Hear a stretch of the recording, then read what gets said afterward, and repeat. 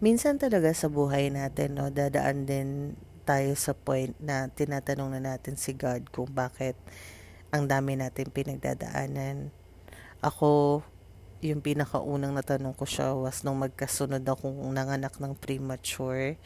Yung si Kuya P, pinanganak ko siya prematurely noong 2018 tapos biglang hindi pa kami nakakaahon. 2020, nanganak na naman ako ng premature kay BBD.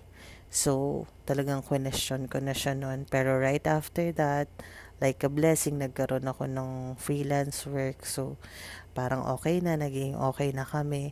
And all of a sudden, nalaman ko naman na may autism si Kuya P. So, alam mo yung parang may binigay sa'yo, pero biglang meron namang kapalit. Tapos, few years yata, 1 year after that, nalaman namin si Baby D may autism din.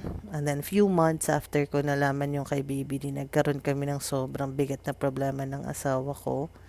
And then, dun na pumasok yung financial na problema. Pero alam mo, pag nakikita kong tatlong anak ko, parang giving up is never gonna be an option.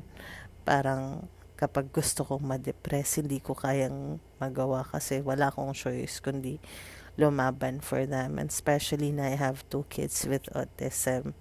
So kung may pinagdadaanan kayo ngayon, gaano man kabigat, wag lang kayong susuko.